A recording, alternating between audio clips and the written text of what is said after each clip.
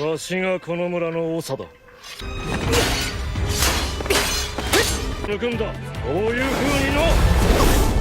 早い。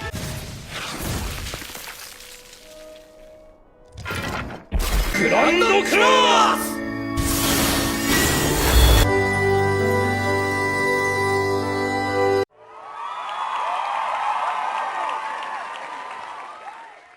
Cerita dilanjutkan dari Fate dan Mine yang sedang melanjutkan perjalanannya. Di dalam perjalanan, Fate bertanya kepada Mine apakah dia benar-benar Ward dan bukan Gluttony. Karena setelah ia membelikan banyak sekali makanan, tapi Mine belum sama sekali kenyang. Mine beralasan bahwa kemarahan membakar banyak kalori. Fate pun berkata meski makan banyak, tapi kok tidak tumbuh besar ya? Mendengar perkataan itu pun membuat Mine marah dan membuat slot menjadi berat. Hal inilah ia membuat roda kereta kudanya menjadi hancur karena keberatan. Pak Kusir pun berusaha memperbaikinya, tetapi ia akan meminta ganti uang nantinya. Ketika dicari-cari, ternyata Mai sedang berjalan sendirian menuju sebuah desa. Mau tidak mau, Fred juga harus masuk ke desa tersebut. Ken berkata bahwa desa ini dekat dengan Galia. Para monster berdampak besar di sini, dan mungkin desa ini dilindungi seorang yang kuat. Fred pun melihat sebuah istana dari kejauhan. Ken menjelaskan bahwa secara lokasi, itu adalah istana Hausen. Lalu Fred pun melihat seseorang yang sedang duduk sendirian dan bertanya di mana dirinya bisa bertemu dengan kepala desa, karena ia ingin tinggal di desa ini untuk sementara waktu. Ternyata orang itu merupakan kepala desa di sana. Ken pun berkata bahwa itu adalah pedang suci dan sepertinya dia adalah penjaga desa ini. Pria itu berkata bahwa kalau ia mau tinggal di sini, maka pertama-tama ia harus mau berduel dengannya. Fred pun mencoba melakukan identifikasi, tapi ternyata ketahuan oleh pria tersebut. Dan pria itu berkata bahwa meski Fred level 1, tapi atributnya sudah lebih dari 2 juta. Lalu kembali bertanya apakah Fred mau atau tidak. Akhirnya mereka memutuskan buat berduel.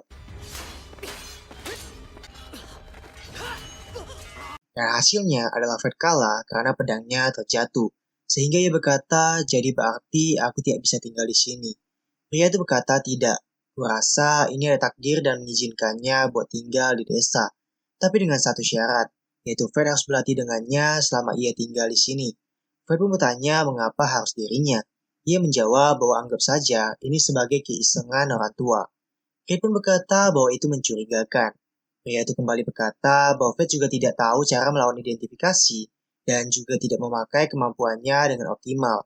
Sepertinya tubuh Fred belum terbiasa dengan kekuatan yang ia punya. Fred mungkin bisa melawan monster tetapi tidak dengan manusia.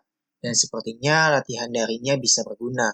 Setelah dipikir-pikir, akhirnya Fred memutuskan buat menerima tawarannya. Pria itu diketahui ternyata bernama Aaron Barbatos. Lalu Mine akhirnya muncul menghampiri Fred. Aaron berkata bahwa Mine adalah prajurit yang hebat. Fred berkata kepada Mine bahwa ia sudah menemukan tempat untuk mereka hari ini. Latihan pun dimulai, tetapi kali ini mereka akan bertarung dengan tangan kosong. Aaron berkata bahwa itu adalah metode terbaik untuk mengendalikan atributnya.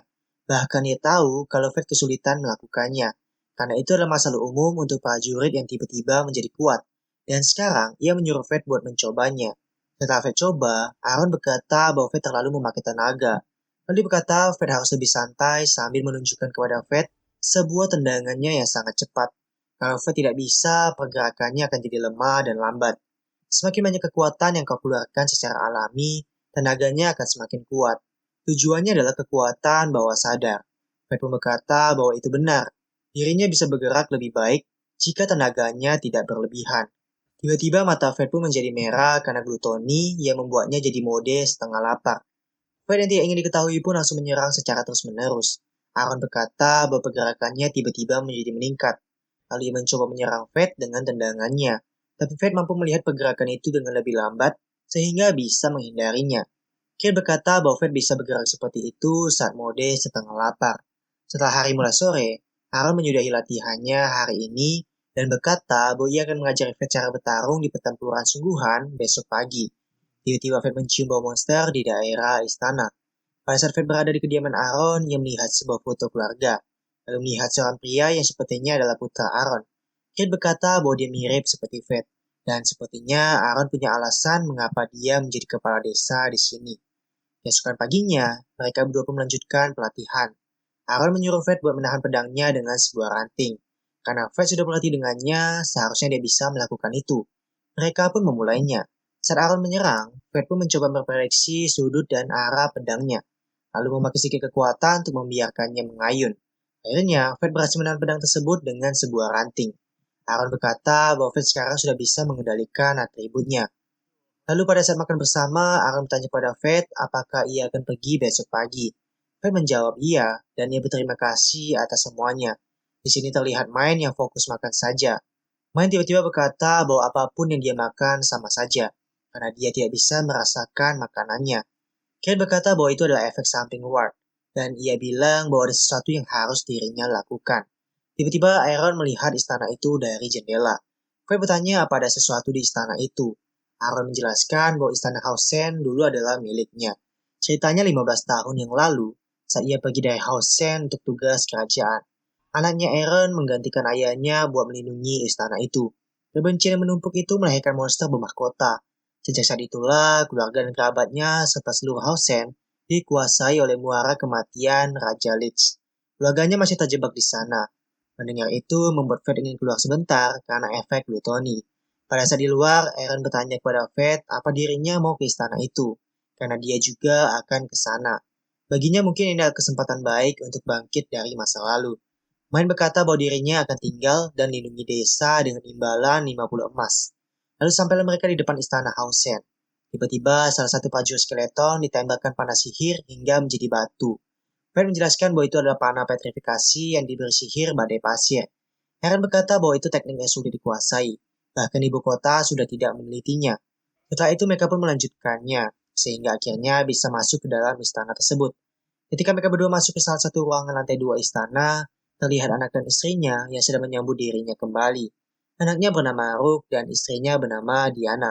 Sambil mereka berbicara antar keluarga, Kate berkata kepada Fred bahwa mungkin mereka terlihat hidup, tapi mereka sebenarnya sudah mati. Dan itu sudah pasti adalah sihir ilusi. Tiba-tiba saja Rook menyerang Aaron secara mendadak. Untung saja Aaron tahu dan sempat menahan serangan itu. Fred berkata bahwa dirinya yang akan melakukan ilusi itu dan ingin memakai sabit besar. Kate berkata bahwa kita bisa memotong fenomena yang diakibatkan sihirnya, tapi dalam prosesnya mereka juga akan terpotong. Setelah itu, jiwanya akan dimakan glutoni dan hidup selamanya. Itu neraka abadi tanpa penyelamatan. Fred mendengar itu pun berkata bahwa ia tidak bisa mengirim mereka ke neraka seperti itu. Eren pun berkata kepada Fred bahwa dirinya yang akan menghadapi keluarganya sendiri. Fred pun berniat buat mencari Raja Lis saja. Pada saat di luar, Fred menemukan tanda bahwa Raja Lis sedang bersembunyi di sana. Lalu memakai panah sihirnya yang membuat Raja Lis menjadi terlihat. Setelah diidentifikasi, terlihat bahwa semua atributnya melebihi 1 juta. Raja Lis ini bisa mengendalikan mayat yang membuat Fred kesulitan menyerangnya. Saat Fred mau diserang dari belakang, untungnya Eren datang dan menyelamatkannya. Eren berkata bahwa ia sudah memotong otot mereka sehingga mereka tidak bisa bergerak. Eren berkata bahwa ini semua tak akan terjadi jika dirinya kembali lebih awal, dan sekarang ia berniat buat mengistirahatkan mereka semua. Eren pun mengeluarkan salib agung ke arah mereka semua termasuk Raja Lis. Karena terlihat sedikit kurang kuat, Fred pun melihat pedang milik Rook dan langsung membantu Eren. Mereka berdua lantas menggabungkan pedangnya dan mengeluarkan jurus salib agung. Ia membuat Raja Lis tidak berdaya dan berhasil tumbang. Lalu ketika Eren menghampiri mayat anak dan istrinya, di sana terlihat arwah mereka berdua keluar. Di mana Rook berkata bahwa itu semua bukan salah ayahnya. Diana juga berkata bahwa Eren sudah berhasil menyelamatkan mereka sekarang. Eren pun berkata andai saja ia lebih cepat membuat keputusan, atau seharusnya dia berada di sisi mereka, karena mereka lebih penting daripada tugasnya. Tapi ia malah membuat mereka menderita. Mereka pun berkata bahwa sekarang mereka baik-baik saja, dan demi mereka Eren sudah melakukan apa yang ia percayai. Eren pun berjanji akan hidup tanpa mempermalukan nama mereka. Lalu Eren memberikan oleh-oleh berupa belati kepada Rook. Setelah itu Eren pun memeluk mereka berdua sebelum akhirnya menghilang. Tiba-tiba saja inti dari Raja Lis keluar dan mau menyerang Eren. Untungnya Fred sempat menolongnya dengan panah sihir yang membuat kemampuan Plutoni menjadi aktif kembali. Fred berkata bahwa ia tak akan membiarkan siapapun mengganggu hal itu. Akhirnya arwah mereka semua di sana menjadi menghilang. Setelah itu semua, Eren ternyata berhasil menembus batas levelnya. Mungkin karena dirinya bertarung bersama Fred. Fred berkata bahwa itu bisa saja, hanya untuk mereka yang membuka hati pada pemilik kemampuan dosa mematikan. Lalu sekarang Eren berencana akan membereskan semua monster yang tersisa. Fate pun berkata bahwa maukah kau berlomba untuk mengalahkan paling banyak. Akhirnya mereka mulai menghabisi para monster skeleton. Keesokan paginya terlihat Mine yang berkata mereka sangat terlambat. Fate pun menyuruhnya tenang dan setidaknya jatuhkan slot itu. Eren pun memberikan uang yang dijanjikan dan juga permintaan maaf. Mine ternyata butuh uang untuk membangun kembali desanya. Baginya uang itu tidak berbohong dan berkata bahwa Fate akan tahu jika sudah hidup lebih lama. Eren yang merasa pernah melihat Mine pun sudah kembali ingat. Ia melihat Mine 50 tahun yang lalu saat monster muncul di sini. Ia berkata bahwa Mine masih terlihat sama seperti dulu, dan dari dulu ia juga prajurit yang sempurna. Mine berkata kau punya mata yang bagus.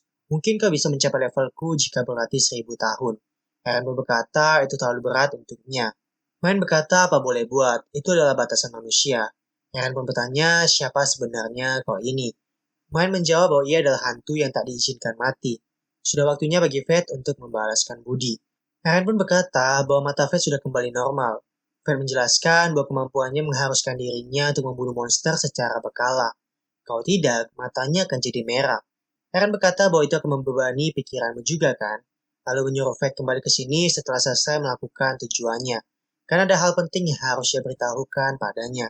Scene berpindah di keluarga Flerik, di mana terlihat batu bertua yang bisa menyembuhkan penyakit apapun. Memil berkata bahwa ia tak sangka mereka bisa menemukannya. Keabadian bukanlah mimpi belaka lagi kalau begini. Lalu seorang pelayan masuk ke dalam ruangan tersebut. Kavali bertanya, apakah menyadari sesuatu yang aneh saat dirinya pergi? Karena dia belum melihat Hado sama sekali.